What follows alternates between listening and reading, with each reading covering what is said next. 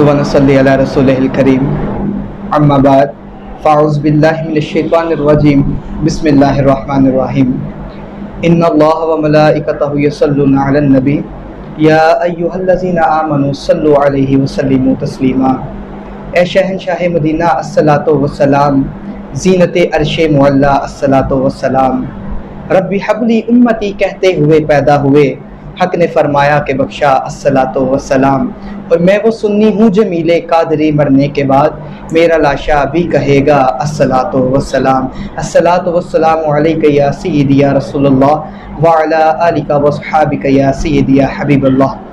اللہ رب العزت کی حمد و ثنا کے بعد اور اس کے پیارے محبوب نبی مکرم، شفیع معظم، رسول محتشم، حبیب کبریا، احمد مجتبیٰ، جناب محمد مصطفیٰ صلی اللہ تعالیٰ علیہ وسلم کی بارگاہ بکس پناہ میں ہدیہ درود و سلام کے بعد تمام حاضرین کو، تمام سامعین کو، تمام سننے والوں کو السلام علیکم۔ حاضرین اور تمام سننے والوں کو آج کی اس ایمان رمضان ٹرانسمیشن میں خوش آمدید کہتا ہوں۔ آج کی اس رمضان ٹرانسمیشن میں میں ہوں آپ کا ہوسٹ محمد عثمان قادری، آپ کے حاضر خدمت ہے۔ سامعین و حاضرین، بے زبانوں کو جب وہ زبان دیتا ہے، بے زبانوں کو جب وہ زبان دیتا ہے، پڑھنے کو پھر وہ قرآن دیتا ہے، اور بخشنے پہ آئے جب امت کے گناہوں کو تو تحفے میں گناہ گاروں کو رمضان دیتا ہے، تو تحفے میں گناہ گاروں کو رمضان دیتا ہے۔ اللہ رب العزت کا بے پایا لطف و کرم کہ اس نے رمضان المبارک کی یہ خوبصورت گھڑیاں ہمیں عطا فرمائیں اور ہمیں ایک مرتبہ پھر موقع دیا کہ ہم اپنے گناہوں کی بخشش کروا سکیں۔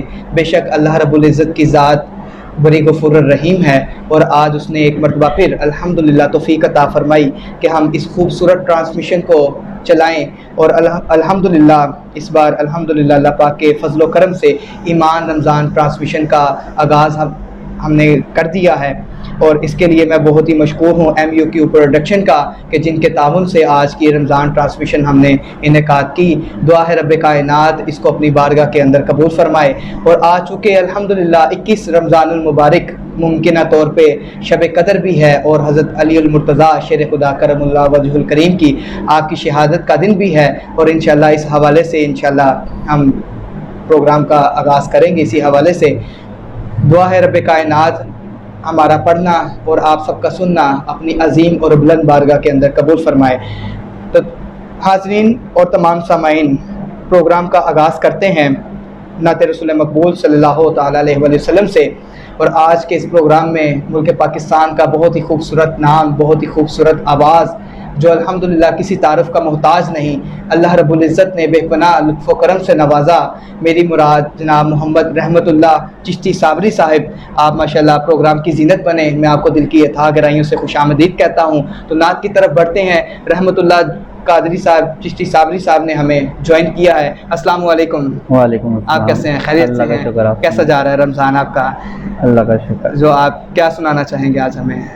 ایک بہت ہی خوبصورت کلام ہے، میں پیش کرتا ہوں۔ جی بسم اللہ۔ درود شریف پڑھیں۔ صلی اللہ علیہ یا رسول اللہ وسلم علیک یا حبیب اللہ،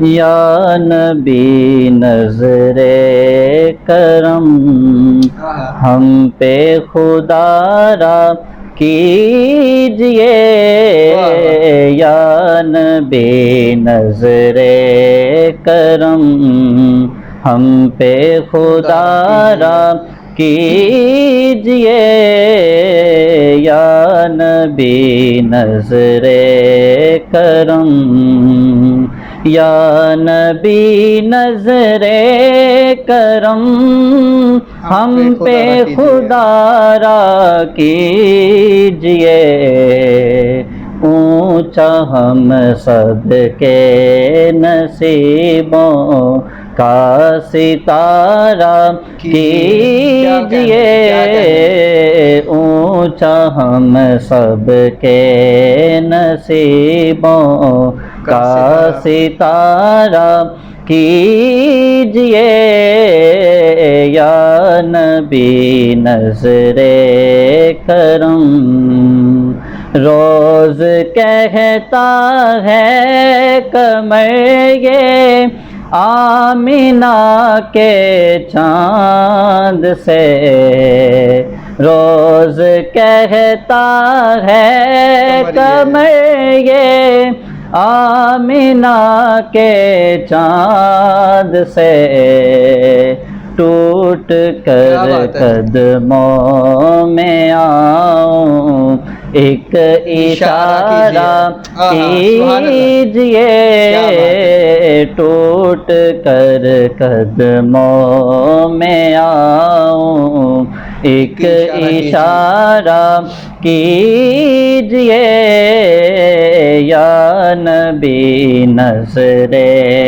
کرم، کون ہے اس دار فانی میں ہمارا کون ہے، کون ہے اس دار فانی میں ہمارا کون ہے، ہم بیچاروں کا نبی جی آپ چارہ کیجئے، ہم بیچاروں کا نبی جی آپ چارہ کیجئے یا نبی نظر کرم، چاہتے ہو تم مگر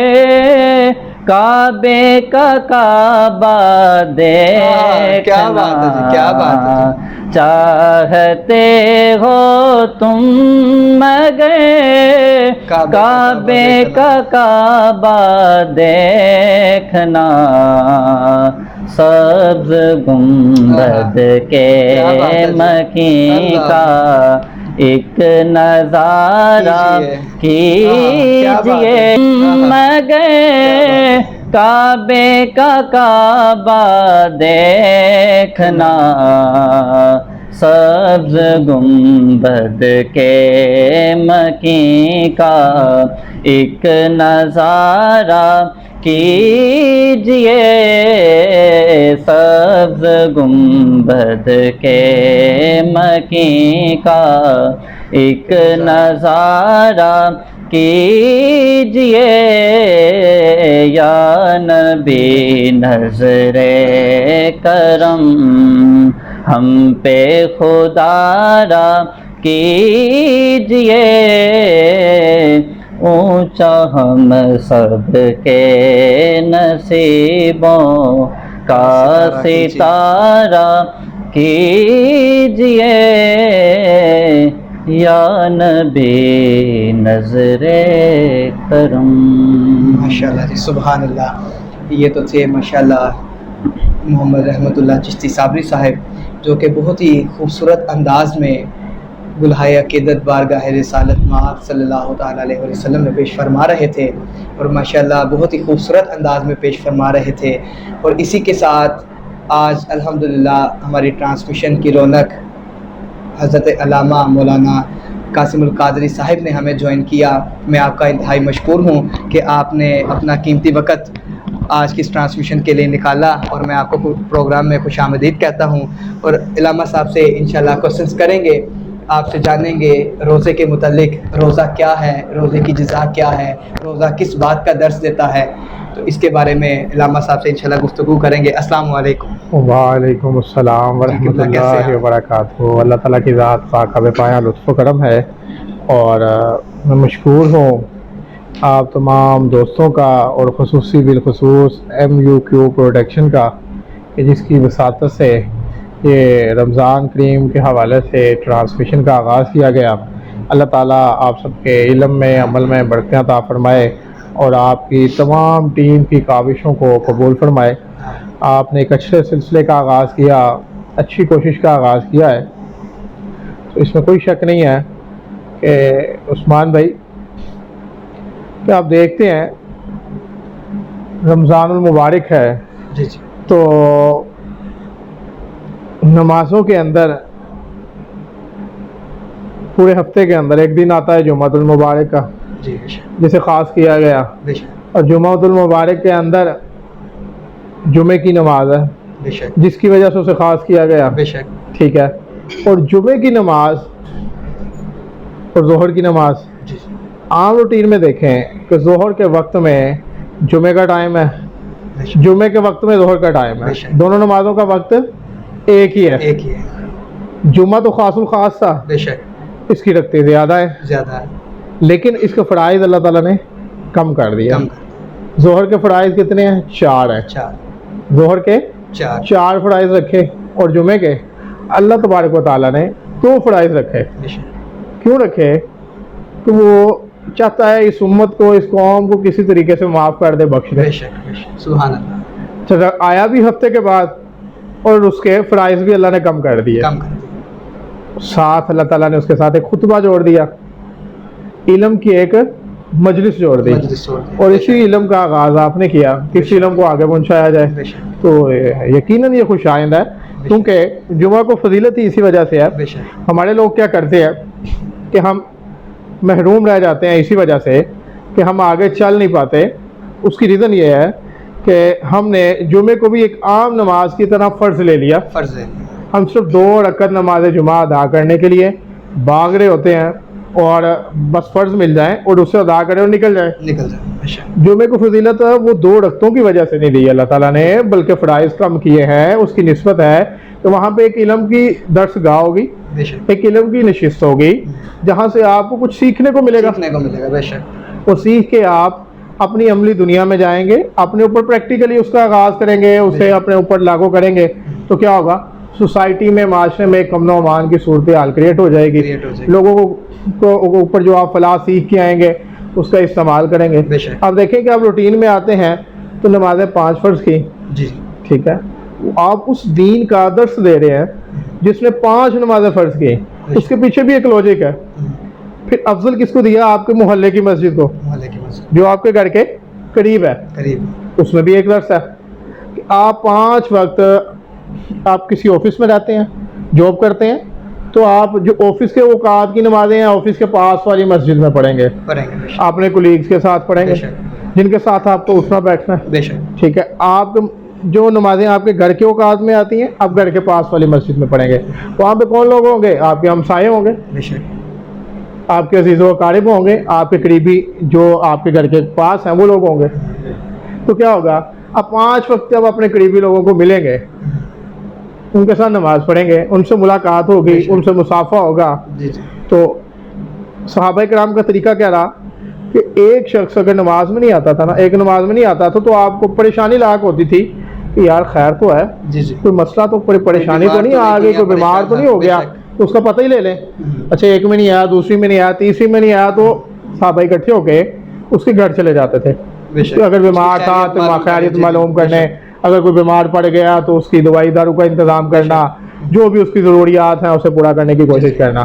تو آج معذرت کے ساتھ ہمارا یہ جو پریکٹیکلی معاشرہ تھا، قرآن بیسیکلی ایک کتاب عمل آئی تھی جسے ہم نے عمل سے ہٹا کے اصالہ ثواب کے لیے رکھ لیا. اصالہ ثواب کے لیے رکھ معذرت کے ساتھ آج ناظرین و سامعین کیا ہوتا ہے کہ جب رمضان المبارک آتا ہے، ہمارے بیشتر گھروں سے جو قرآن پاک پڑا ہوتا ہے کسی ایک کونے میں لگا ہوا، اسے جب اٹھایا جاتا ہے تو اس کے اوپر سے گرد جھاڑنی پڑتی ہے. انتہائی افسوس کے ساتھ یہ بات کرنی پڑتی ہے. انتہائی افسوس کے ساتھ جو کتاب ہمیں درس دینے کے لیے آئی تھی، جس نے ہمیں پورا عمل دیا کہ زندگی گزارنی کیسے ہے، بے شک آپ نے کسی سے پیش کیسے آنا ہے، وہ ہم نے اس کو باکس میں سجا کے ہم نے اسے برکت کے لیے، اسے رحمت کے لیے گھر کے کونے کے لیے رکھ لیا کہ یہ رحمت ہے، یہ جناب برکت ہے، کہ اللہ کا کلام ہے.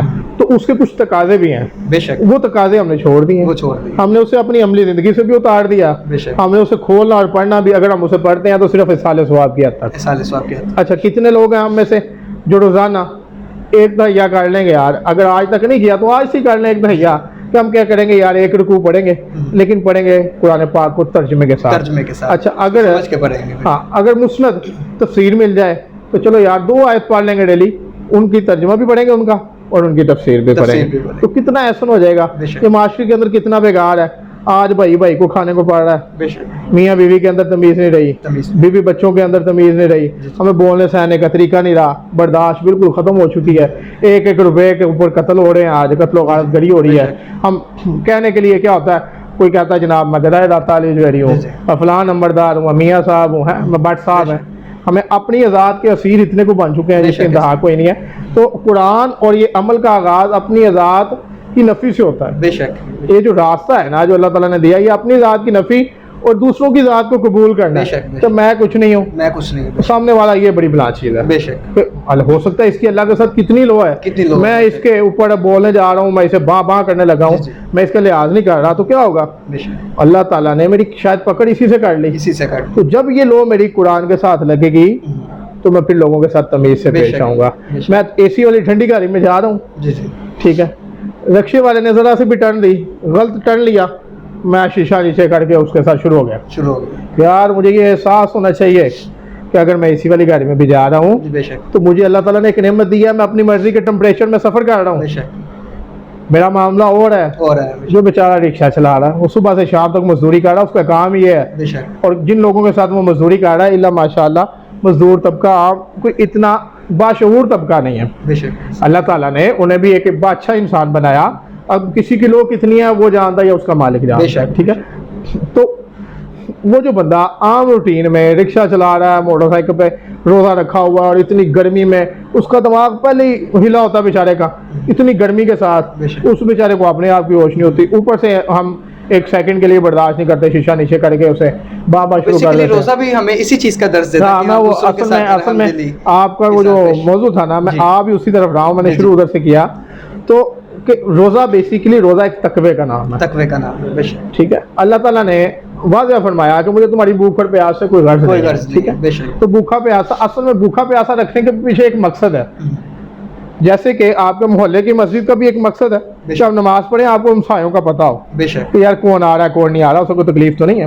اسی طرح روزے کا ایک مقصد ہے کہ آپ پورا سال اپنے کاموں کے اندر رہ کے, اب دنیا کے اندر رہ کے اتنے کو مگن ہو جاتے ہیں, ہم لوگ دنیا میں اتنے مگن ہو جاتے ہیں کہ ہمیں اپنے ساتھ والے کی ماں باپ کا پتہ نہیں ہے, بہن بھائیوں کا پتہ نہیں ہے, رشتہ داروں کا پتہ نہیں ہے.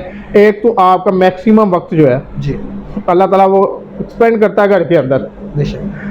آپ آج کی اس دنیا کے اندر رہتے ہوئے صبح کا کھانا جو ہے باپ کہیں کھا رہا ہے, بچے کہیں کھا رہے ہیں, بیوی کہیں کھا رہی ہے, ایک ٹیبل پہ نہیں ہے آپ, ایک دسترخوان پہ نہیں بیٹھے ہوئے, ٹھیک ہے. دوپہر نہیں ہے اس چیز, وہ چیز نہیں ہے نا, دوپہر کا کھانا نہیں ہے, شام کا کھانا اکٹھے نہیں ہے. تو وہ پھر اتفاق اور محبت آئے گی کہاں سے جب ہم اکٹھے نہیں بیٹھیں گے. تو تمام دوست کوشش کریں یار, کوشش کریں کہ ایک وقت کا کھانا, صبح کا ناشتہ رکھ لیں یا رات کا کھانا رکھ لیں, وہ اپنی فیملی کے ساتھ اسپینڈ کریں تاکہ وہ کچھ باتیں آپس میں ہوں, کچھ تعلقات بہتر ہوں. جب ہم بیٹھیں گے نہیں کھانے کے ٹیبل پہ تو آپ دیکھیں جتنے بھی معاملات انٹرنیشنلی اور اسلامی دنیا میں ہوتے رہے ہیں وہ سارے دعوت پہ ہوتے رہے. جتنے بھی مشورے ہوتے تھے سرکار دو عالم صلی اللہ علیہ وسلم کے پاس بھی, تو وہ ایک دعوت کے اوپر بلایا جاتا تھا, دعوت پہ بیٹھ کے بات ہوتی تھی, کھانے کے ٹیبل پہ دسترخوان پہ بات ہوتی تھی. تو ہم اپنے گھر کے اندر ہی اب کھانے کے ٹیبل پہ بھی نہیں بیٹھ رہے, تو گھر کے حالات بھی ٹھیک نہیں ہوں گے, کچھ موبائل میں بزی ہے, کوئی کہاں بزی ہے, کوئی کہاں میں بزی ہے. لیکن الحمدللہ رمضان المبارک کے اندر آ کے کم سے کم یہ چیز ختم ہو جاتی ہے کہ آپ افطار کے ٹائم پہ موبائل بھی چھوڑ دیتے ہیں, آپ ٹی وی کو بھی افطاری کے ٹائم پہ ایک دفعہ بند کر دیتے ہیں, تو ساری فیملی اکٹھی بیٹھ کے. ایک حسین عمل ہے نا کہ اس موجودہ اتنے افراتفری کے دور کے اندر بھی ہمیں موقع دے دیا. تو اس موقع کو کوشش کریں کہ زیادہ سے زیادہ ایک اپنے دوستوں کے ساتھ, رشتہ داروں کے ساتھ جڑیں اگر مل گیا تو.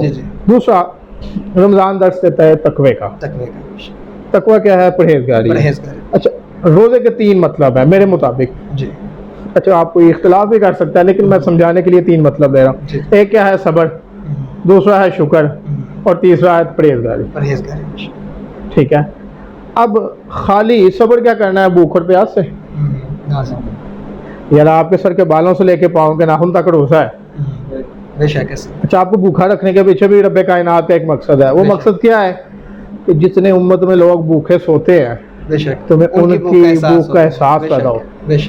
جتنے لوگ پیاس سے سوتے ہیں ان کی پیاس کا احساس ہو. یار آپ کو اور مجھے فلٹر کا پانی نصیب ہے, ٹھیک ہے, ہم افطاری کے اندر بہت سی نعمتوں سے لطف ہو رہے ہیں, ہر بندہ نہیں ہو پا رہا آج, تو ہمیں ان کا بھی وہ احساس پیدا ہونا چاہیے.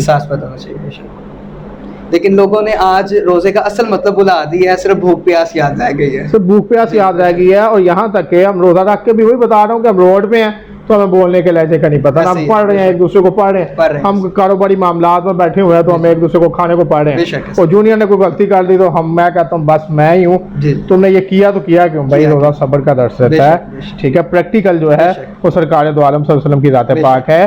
آپ نے کیسے چھوٹے کو کلام کیا, آپ نے کیسے بڑے سے کلام کیا, آپ نے اپنے تابع لوگوں سے کیسے کلام کیا, آپ نے کیسے, دیکھیں آپ سے بڑا کلام تو کسی کا نہیں ہے. سارے لوگ آپ نے جوڑے اور اتنے تابع آپ کے لوگ, اتنے تابع کہ حسن یوسف کو دیکھا مصر میں عورتوں نے انگلیاں کٹا لی. آج تک جنہوں نے دیکھا بھی نہیں ہے وہ آپ کے عمل کے اتنے تابع ہیں کہ گردنیں کٹوانے کے لیے تیار ہے. کیا بات ہے, بے شک بے شک. تو یہ جذبہ ہمارا ایک دن کے لیے, ایک لمحے کے لیے یا کسی خاص وقت کے لیے کیوں ہے؟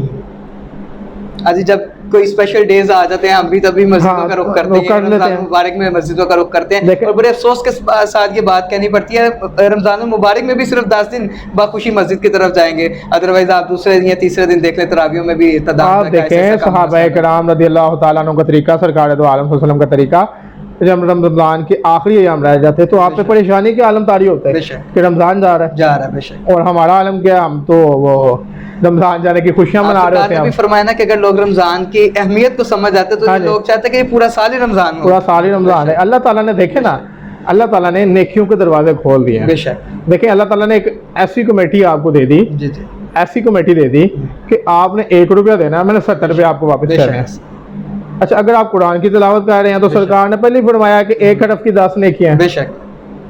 اب وہ 10 کو آپ 70 سے ضرب کریں بے شک تو یہ کہاں چلی جاتی ہے؟ اللہ سبحانہ و تعالیٰ نے رمضان المبارک میں ہر نیکی کا اجر بڑھا دیا, نیکی کا اجر بڑھا دیا. اللہ سبحانہ و تعالیٰ کی ذات غفور الرحیم ہے. اب اس ساری گفتگو کا یہ مطلب ہرگز نہیں ہے کہ آپ قرآن کی تلاوت نہیں کرنی. بھئی آپ نے قرآن کی تلاوت کرنی ہے, بے شک, اس سے آپ بہتر ہے جو نہیں کر رہا, لیکن آپ کوشش کریں قرآن کی تلاوت جو ہے ترجمے کے ساتھ کریں. ہو سکے بہت زیادہ نہیں پڑھ سکتے, صبح فجر کی نماز پڑھیں, اس کے بعد 10 منٹ نکالیں, 10 منٹ میں جتنا پڑھ سکتے ہیں 1 آیت اس کا ترجمہ اور اس کی تفسیر پڑھیں. زیادہ سے زیادہ 10 منٹ بھی نہیں, مقصد یہ ہے کہ سمجھ کے پڑھا جائے, سمجھ کے پڑھا جائے, پتہ چلے اپنی زندگی میں آئے. قطرے قطرے سے دریا بنتا ہے. تو آج تو تمام علماء تقریباً آن لائن بیٹھے ہیں, آپ جس بھی مکتبہ فکر سے اپنے ہی مکاتب فکر کے لوگوں کو سمجھنا شروع کر دیں, ٹھیک ہے. تو اکثر لوگ یہ کویسچنز کرتے ہیں نماز کے طریقے پہ, تو دیکھیں نماز کے طریقے سارے سرکار دو عالم صلی اللہ علیہ وسلم سے ثابت ہے, ٹھیک ہے. تو پڑھنی بھیا نماز ہے, ٹھیک ہے. آپ جس مکتبہ فکر ہے اپنے مکتبہ فکر کے مطابق پڑھیں, لیکن اللہ کی ذات کو سجدہ تو کرنا شروع کریں. جب آپ سجدے میں جاتے ہیں تو پھر آپ کی وہ سر کو اور وہ رگوں کو جو خون ملتا ہے اس سے بھی سائنس جو کہتی ہے اس لحاظ سے اللہ تعالیٰ نے تو یہ سارے معاملات پہلے سیٹ کر دیے. تو روزے کا سب سے پہلا درس یہ ہے کہ ہم نے صبر اور شکر کا دامن نہیں چھوڑنا. صبر کیا ہے؟ بھوک سے بھی صبر کرنا ہے, پیاس سے بھی, اور ان لوگوں کے صبر کو بھی یاد کرنا ہے جنہیں رمضان کے علاوہ بھی نہیں مل رہا, ان کا وسیلہ بننے کی بھی کوشش کرنی ہے. اور شکر کیا ہے, تم روزے میں ہو جا رہے ہو, کسی نے کوئی اونچا کلام کو بد کلامی کر دیا ہے تو اللہ کی یاد کی طرف, اللہ کی ذات کی طرف دیکھو اور اس کا شکر ادا کرو, اور اسے دل سے معاف کر دو, دل سے معاف کر دو, اس کی طرف دیکھو ہی نہیں. اور یہ پرہیزگاری میں بھی آ جائے گا, تقوی میں بھی آ جائے گا کہ تم بچ کے جا رہے ہو کہ کہیں سے میرے سے کسی کی دل آزاری نہ ہو جائے. بابا بلے شاہ نے فرمایا نا کہ دل آزاری کے اوپر ڈا دے مسجد, ڈا دے مندر, ڈا دے جو کچھ ڈھیندا, ایک نہ ڈامی دل بندے دا, دلاں وچ رب رسول رہندا. تو یہ ایک ایسا گناہ ہے جس کا کفارہ ہی نہیں ہو سکتا. بے شک, کسی کا دل توڑنا اس کا کفارہ نہیں ہے. جب تک وہ معاف نہیں کرے گا آپ کو معاف نہیں, اور آپ کو پتہ ہی نہیں ہے, ہم روڈ پہ جا رہے ہیں کٹ مار دیتے ہیں, پتہ نہیں کتنوں کی دل آزاری کرتے جا رہے ہیں, ٹھیک ہے. تو خدا را کوشش کرے کہ 2 کام کر لیں, زندگی سنور جائے گی. 2 کام کرنے ہیں. کون سے؟ پہلا کام آپ نے یہ کرنا ہے کہ ہر وہ کام کریں جو آپ کو اللہ اور اس کے رسول سے جوڑ دے. بے شک. جب بھی آپ کام کرنے لگیں آپ نے صرف یہ سوچنا لمحے بھر کے لیے کہ میرے یہ اس عمل سے اللہ اور اس کا رسول راضی ہوگا کہ ناراض ہوگا. اگر راضی ہوں گے تو آپ نے کر لینا. اور دوسرا کام کیا کرنا ہے وہ بھی یہی ہے کہ آپ نے ہر وہ کام نہیں کرنا جس سے اللہ اور اس کے رسول ناراض ہوں. بے شک. آپ کسی سے کلام کرنے لگے ہیں, آپ کسی سے کاروبار کرنے لگے ہیں, آپ لین دین کا کوئی بھی معاملہ کرنے لگے ہیں, آپ بولنے لگے ہیں, تو بولنے سے پہلے سوچیں کہ میرا ایسا بولنا اللہ یا اس کے رسول کو ناراض تو نہیں کر دے گا. ناراض تو نہیں کر رہا. بے شک. تو یہ روزہ درس دے رہا ہے بے شک کہ اللہ کو راضی کر لو, رسول کو راضی کر لو. کہ بھوک اور پیاس سے ہو برداشت کر رہے ہو نا, تو اپنے اندر بھی کلی طور پر برداشت لے کے آ جاؤ. اللہ اور اس کے رسول کو راضی کر لو, اس امت کو راضی کر لو. اور انسان کو راضی نہیں کر سکتے نہ ہو, لیکن اپنا قول اور فعل تو ایسا رکھیں کہ اللہ اور اس کا رسول راضی ہو جائے. اور کسی کو کوشش کریں اپنا امکان کہ میرے سے کسی کی دل آزاری نہ ہو, کسی کا حق نہ تلفی نہ ہو جائے. بالکل, کیونکہ انسانیت کے انسان پہ بہت زیادہ حقوق بہت زیادہ حقوق ہے. تو امام اعظم ابو حنیفہ نے غالباً فرمایا کہ اگر میں دین اسلام کو کنٹریبیوٹ کروں تو 90% جو ہے یہ اخلاقیات ہیں, یعنی کہ انسانی معاملات ہیں, لین دین کے ہیں, خدمت خلق کے ہیں, اور 10% جو ہے وہ عبادات ہیں. عبادات کے ہیں. تو آج کیا ہے دنیا, ہم 10% عبادات والے پہ زور دے رہے ہیں, ٹھیک ہے, کہنے کو ہم حاجی صاحب ہیں, لیکن تول میں ہمارے میں ناپ تول میں کمی ہے. ہم سڑک بنانے جا رہے ہیں, اس کے اندر ہمارے کمی ہے, مہینے بعد اس کا حال کچھ ہوتا ہے, ٹھیکہ ہم نے وہ 10 گنا اچھے کا لیا ہوتا ہے. ٹھیک ہے, اب ہم کوئی بھی کاروبار کر رہے ہیں تو ہمیں چاہیے کہ جب ہم کاروبار بھی کر رہے ہیں تو اس کے اندر بھی تقویٰ پرہیزگاری لے کر آئیں. کیا میرے نبی نے آپ کو طریقہ نہیں دیا؟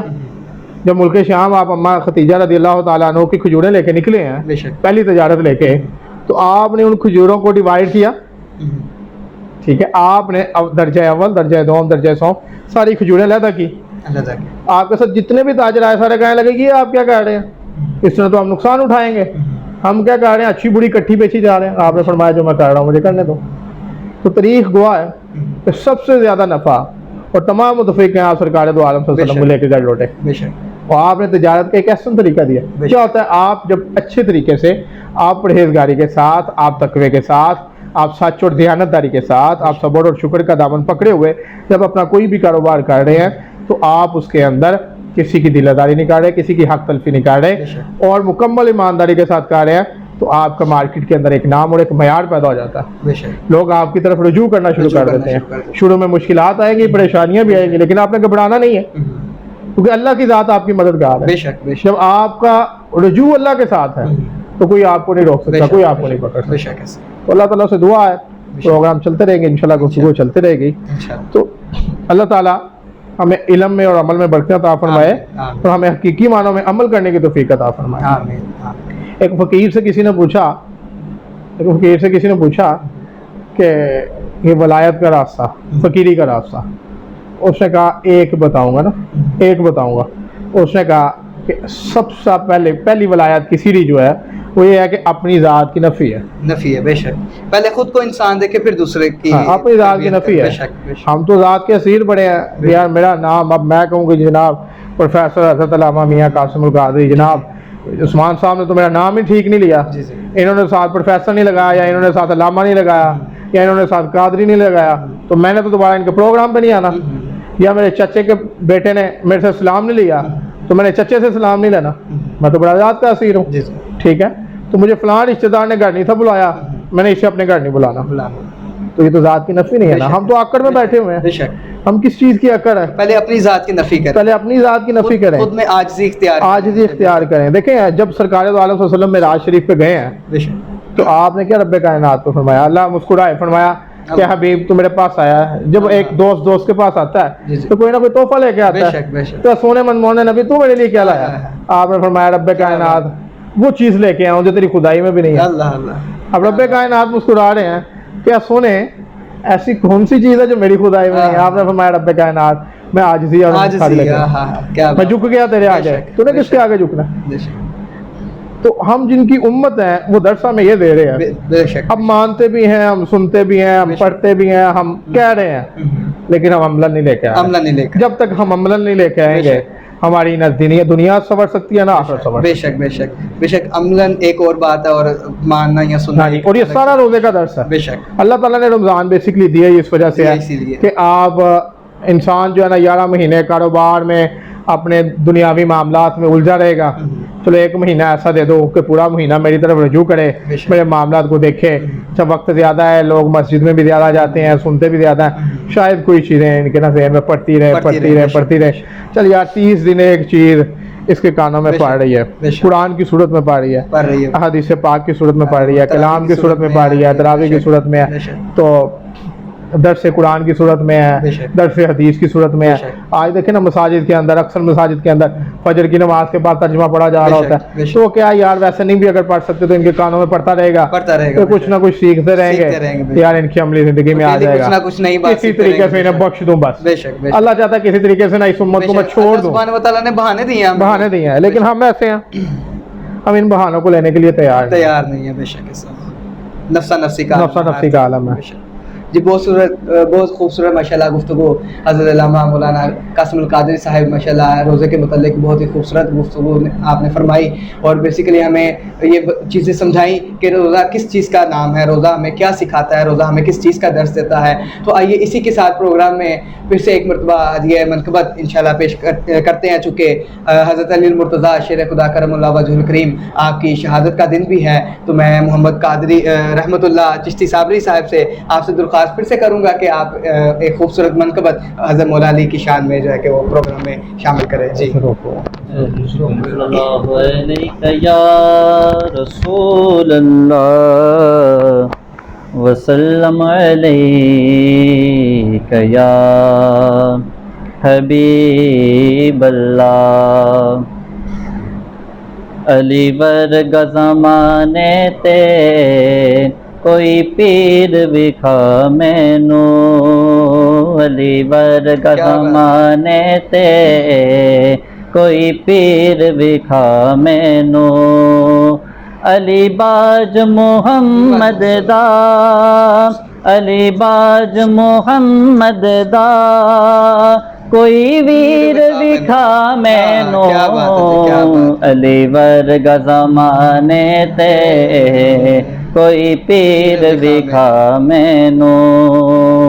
اچھی ذات علی دیے, اچھی ذات علی دیے, کائنات علی دیے, علی جتن کی سے دیوی جاگیر دکھا مینو, علی ورگا زمانے تے کوئی پیر وکھا مینو. علی ورگا زمانے تے کوئی پیر وکھا مینو.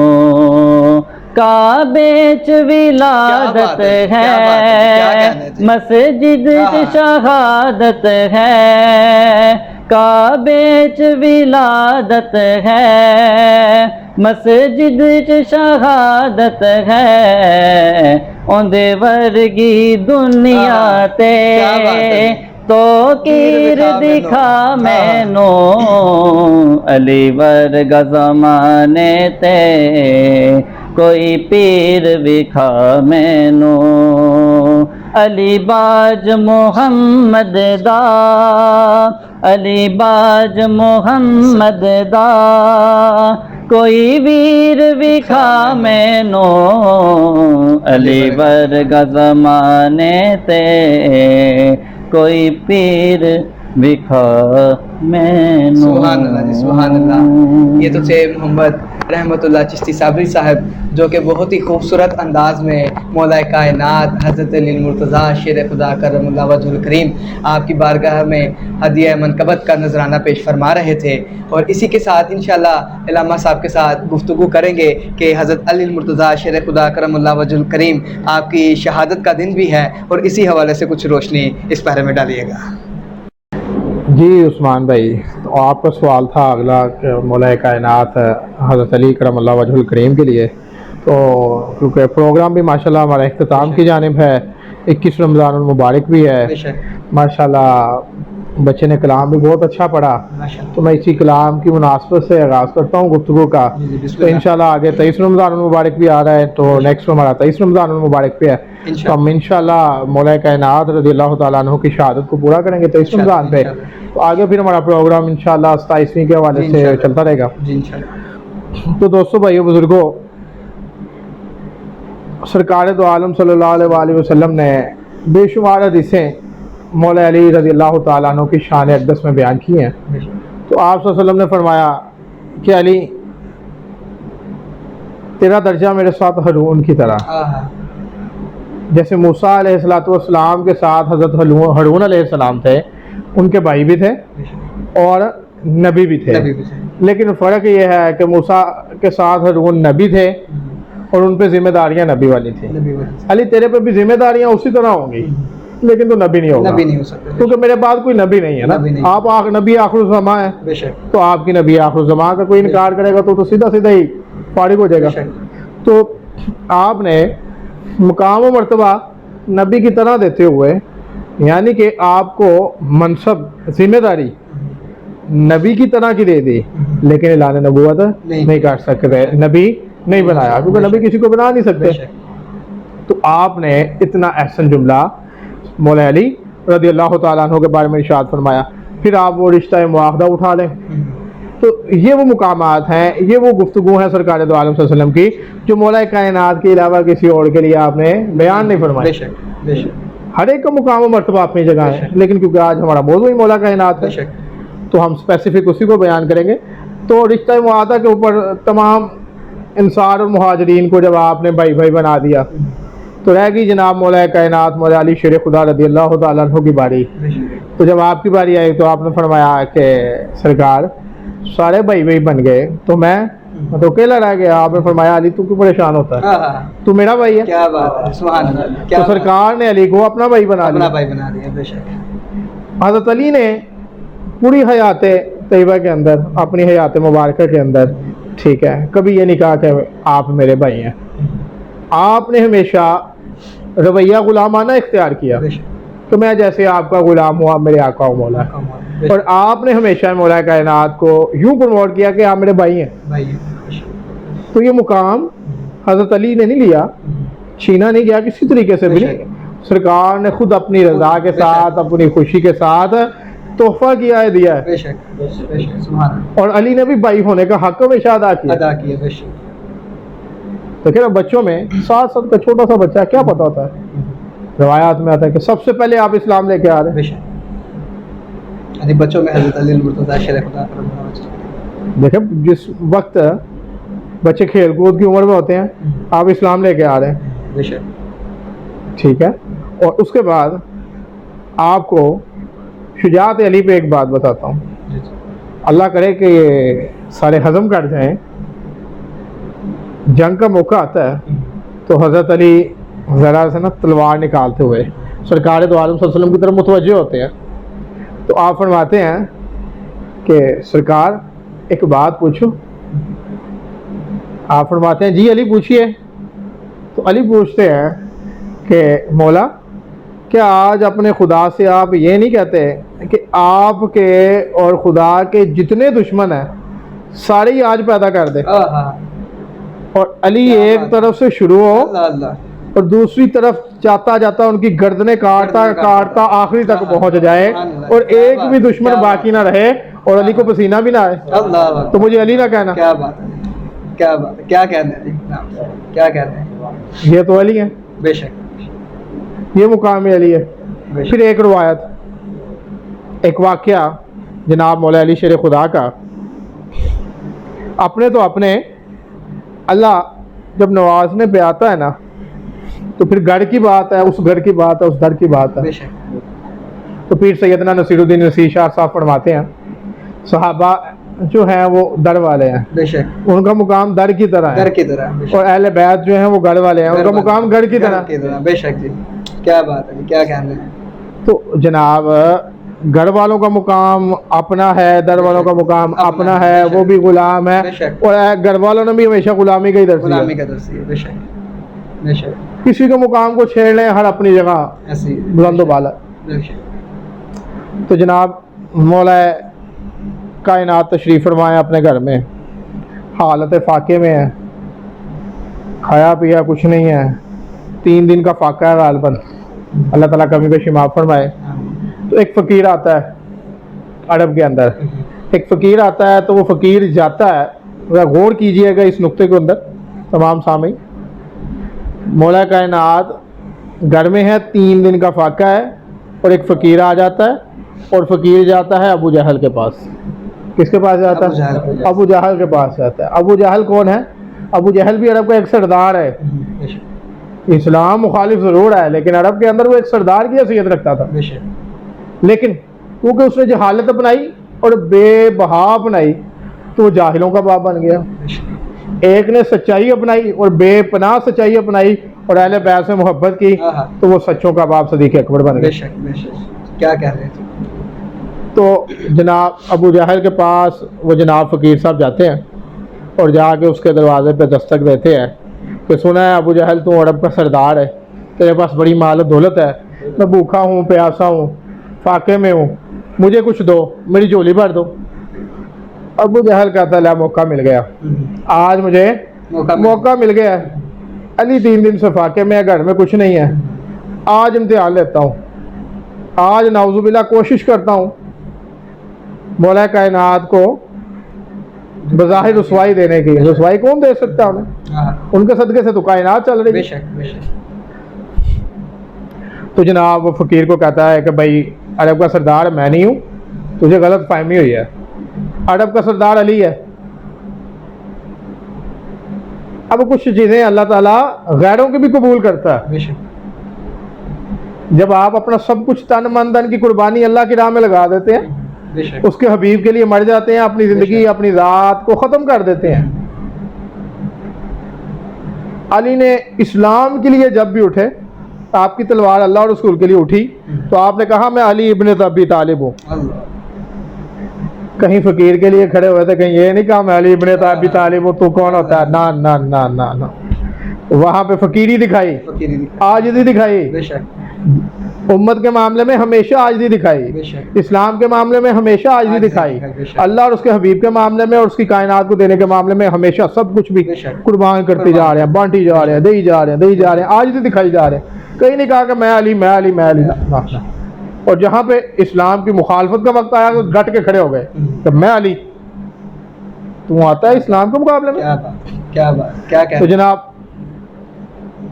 وہ فقیر روتا بلبلاتا مانگتا کہ ہے کوئی میری حاجت روائی کرنے والا، ہے میری کوئی حوصلہ افزائی کرنے والا، مجھے عطا کرنے والا، مجھے دینے والا، میں بھوکا ہوں پیاسا ہوں۔ تو حضرت علی کے کانوں میں آواز پڑ رہی تھی، 3 دن سے فاقے میں تھے، مولا کائنات رضی اللہ تعالیٰ عنہ کے کانوں میں جب آواز پڑی تو آنکھوں سے چشمان مبارک سے آنسو جاری ہو گئے، آنسو جاری ہو گئے، اور آسمان کی جانب دیکھ کر اللہ سے ہم کلام ہونے لگے کہ مولا آج میری لاج رکھ لی۔ بہت سے اس امت میں ایسے بھی لوگ ہوں گے جو میرے اوپر نکتہ چینیاں کریں گے، لیکن اگر آج یہ میرے در سے خالی چلا گیا نا فقیر تو علی علی نہیں رہے گا، علی نہیں رہے گا۔ لوگ کہیں گے یہ تو دیکھا مڑ گیا تھا نا واپس، علی تو دے نہیں سکا۔ تو مولا دینے والا بھی تو نے بنایا ہے، تیری عطا سے ہے، عزتیں بھی تو نے دی ہیں، آگے بھی تو نے دینی ہیں۔ اچھا، کسی بھی ہمارا جمیع اہل سنت کا ایمان اور عقیدہ یہ ہے کہ جو بھی دے رہا ہے، سرکار کو بھی اللہ تعالیٰ نے سب کچھ دیا، اتنا دیا جتنی اللہ کی دینے کی شان تھی، اور وہ آگے بانٹی جا رہے ہیں۔ اچھا، شرک کہاں پہ آتا ہے؟ ایک یہاں پہ نقطہ آ جاتا ہے تو میں ساتھ ساتھ کلیئر کرنے کی کوشش کرتا ہوں کہ شرک وہاں پہ آتا ہے جہاں پہ ہم کہیں کہ اللہ کی عطا کرنے کی صفات جو ہیں وہ ذاتی ہیں، کہ اللہ خود سے دیتا ہے۔ اب سرکار دو عالم صلی اللہ علیہ وسلم کی جو ذات ہے وہ اللہ کے عطا کردہ میں سے آگے دیتے ہیں، انہیں جتنی بھی شان ملی وہ اللہ تعالیٰ نے اپنی شان کے لائق عطا کی، وہ کتنی کی اللہ بہتر جانتا ہے، ہم وہاں تک پہنچ نہیں سکتے۔ اور علی کو کیا دیا؟ وہ اللہ نے دیا اور اللہ کے حبیب نے دیا، ہم کون ہوتے ہیں وہاں تک پہنچنے والے؟ ہمیں تو پتہ بھی نہیں چلے گا۔ ہماری جہاں پہ جا کے سوچ ختم ہوگی وہاں سے کہیں آگے سے ان کا مقام کا جو ہے وہ نقطے کا مقام کے نقطے کا آغاز ہوگا۔ تو جناب وہ فقیر آتا ہے، دستک دیتا ہے کہ اے علی شیر خدا میری جھولی کو بھر دیں، سنا ہے آپ مشکل کشا ہیں، آپ حاجت روا ہیں، آپ لوگوں کی حاجت روائیاں کر رہے ہیں، مشکل کشائیاں کر رہے ہیں۔ ٹھیک ہے، مجھے تو ابو جہل نے بھیجا ہے، عرب کے سردار نے کہ علی مشکل کشا ہے، اس کے در پہ جاؤ، وہ تیری جھولی بھر دے گا۔ تو مولا کائنات دروازے پہ آتے ہیں، دروازہ کھولتے ہیں اور ایک نگاہ اللہ کی طرف دیکھتے ہیں، آسمان کی جانب، یا اللہ آج علی کی لاج رکھ لے۔ ایک نگاہ اس فقیر کی جانب دیکھتے ہیں اور اتنے میں آپ کی نگاہ آپ کے پاؤں کے قدمین شریفین کے پاس پڑتی ہے تو نیچے آپ کے قدموں کے پاس نہ بجری کنکڑیاں پڑی ہوتی ہیں، آپ اس فقیر کے سامنے نا وہ کنکریاں اٹھا کے اپنی مٹھی میں یوں بند کر لیتے ہیں کنکریاں. وہ کنکریاں آپ اپنی مٹھی میں بند کرتے ہیں, اس فقیر کو کہتے ہیں یار اپنی جھولی کھول تو صحیح. اللہ وہ فقیر اپنی نا یوں یوں یوں کر کے یہ جھولی کھولتا ہے, تو آپ وہ کنکریاں اس میں رکھ کے یوں بند کر کے نا اسے کہتے ہیں یوں بند کر لیں. بند کر کے اسے کہتے ہیں اب یہ لے جا. اللہ آپ اس کے اوپر جب کنکریاں پھینکتے ہیں پہلے کچھ پڑھتے ہیں اللہم صلی علی سیدنا مولانا محمد وعلی آلہ وصحبہ, درود پاک کی برکت پڑھ کے اس پہ پھونک دیتے ہیں اور اسے کہتے ہیں اسے بند کر لے, اور یہ جھولی جا کے تُنے ابو جہل کے سامنے کھول لے. معاملہ اللہ پہ چھوڑ دیا علی نے. یہ علی کا ایمان ہے رب کائنات پہ, میرا اور آپ کا ایمان نہیں ہے. اصل حاجت روا اللہ کی ذات ہے, اللہ کی ذات, مشکل کشا بھی اللہ کی ذات ہے, لیکن وہاں پہ ایمان کامل بھی چاہیے. بے شک بے شک. اور علی کا ایمان کامل ہے, اس مولوی کی طرح تو نہیں کہ بسم اللہ پڑھ اور دریا سے گزر جا رستہ دے جائے گا. فقیر گزر جاتا ہے, مولوی بیچارہ رہ جاتا ہے. تو آج اس ایمان کامل کی ضرورت ہے, ہر کام واقعی آسان ہو جائے گا. اللہ پہ پہلے وہ ایمان کامل چاہیے. تو علی کا وہ ایمان کامل, اور اس فقیر کو کہتے ہیں اپنی جھولی بند کر. اب فقیر بھی خوشی سے بلبلا رہا ہے اور خوشی کے ترانے گا رہا ہے, آ دیکھ عرب کے سردار علی شیر خدا نے میری جھولی کو بھر دیا. ابو جہل دیکھ, اب یہ گنگناتا اور کھلتا اور وہ نا خوشی سے بلبلاتا جا رہا ہے. ابو جہل کے کانوں میں آوازیں پڑیاں, پریشان یار یہ تو خود 3 دن سے پیاسا بھوکا ہے نہیں دیتا ہے نو, یہ اتنا بڑا بھائی ہلتا جلتا خوشی سے کھلکھلاتا آئی جا رہا ہے. ابو جہل بھاگ کے دروازہ کھولتا کہ آدھ ہاتھ سی علی نے کی دیتا. وہ کہتا ہے اللہ, پھر وہ اپنی جھولی کو یوں جھاڑتا ہے تو وہ سارے ہیرے جوہرات اس کی جھولی سے باہر کرتے ہیں. وہ کہتا ہے دیکھ یہ علی نے آج میری جھولی بھر دی ہے, علی نے اللہ کے عطا کردہ خزانوں سے مجھے بھی عطا کر دی. تو انشاءاللہ اسی گفتگو کو آگے لے کے چلیں گے اگلے 23 رمضان پہ اور شہادت کی طرف آئیں گے. تو مقام مولا علی تو بہت بلند ہے. بے شک بے شک. جی یہ تو تھے علامہ قاسم القادری صاحب جو ماشاءاللہ بڑی خوبصورت انداز میں مولا کائنات کی شان کو بیان فرما رہے تھے.